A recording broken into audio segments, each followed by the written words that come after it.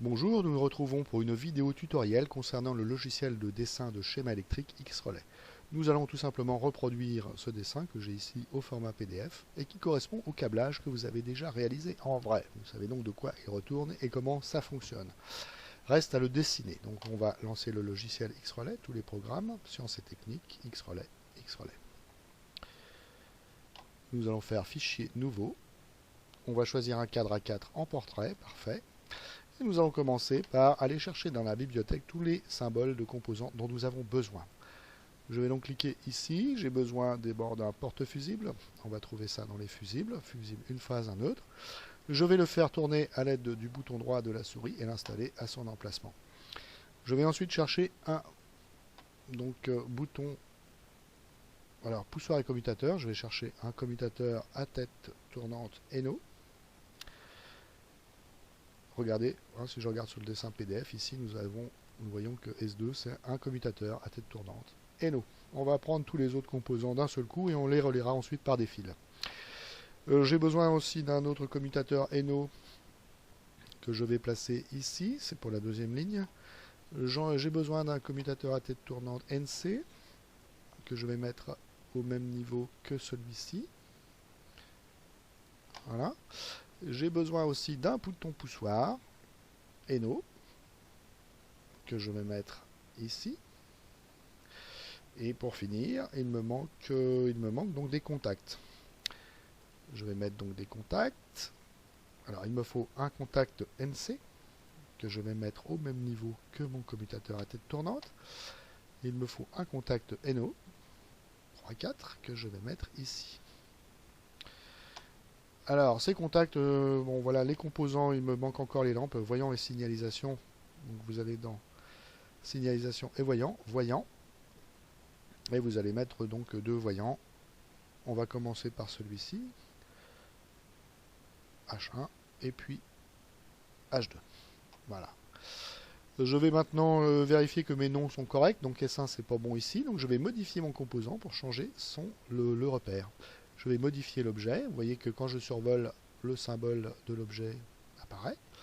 Et je vais changer ici, je vais mettre S2 pour être conforme au plan PDF que je vous ai montré tout à l'heure. Ici je vais mettre S1.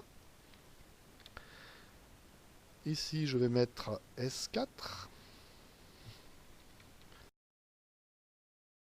Ici, normalement, je n'ai pas besoin du tout de repères, donc je vais les enlever. Je vais décocher les cases visibles.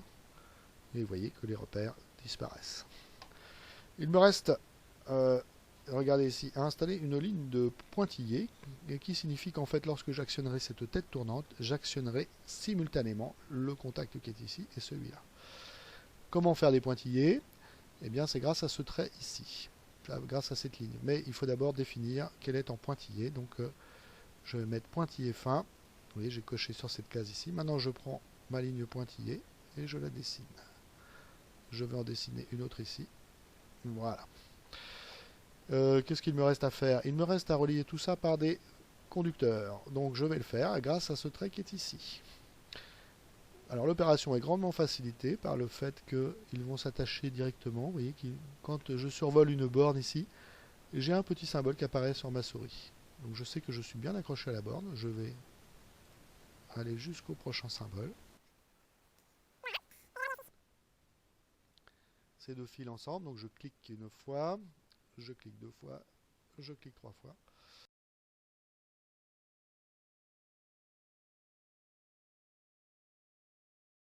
Et je vais maintenant mettre le neutre. Donc je vais aller jusque là. Ne lésinons pas.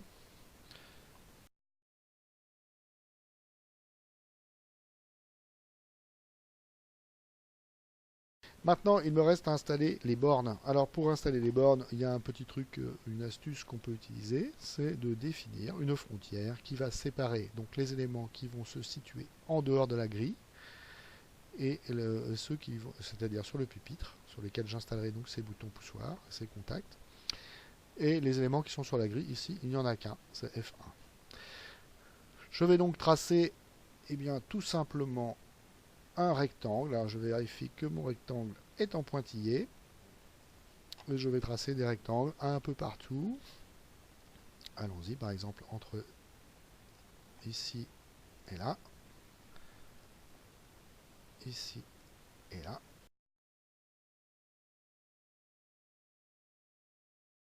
Voilà.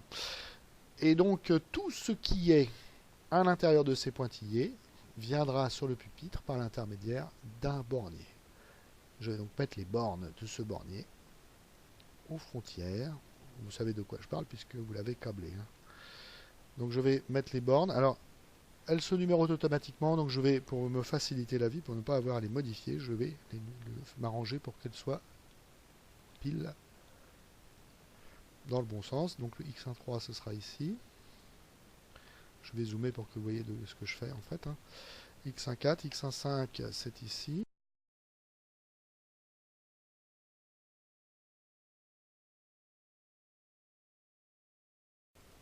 Voilà, j'en ai terminé donc avec ce dessin. Je pense qu'il n'y a pas trop d'erreurs. S'il y en avait, vous les rectifierez vous-même. Vous aurez le fichier PDF et puis le logiciel X-Relay. Vous avez vu, j'ai appuyé sur ce petit éclair ici. Parfois, il y a des aberrations graphiques, parce que le logiciel n'est pas un logiciel professionnel, donc il y a des petites aberrations graphiques. Vous voyez ici, il y en a une. Alors, on ne la voit pas. Ici, il y en a une ici. Vous voyez, je clique dessus et ça disparaît.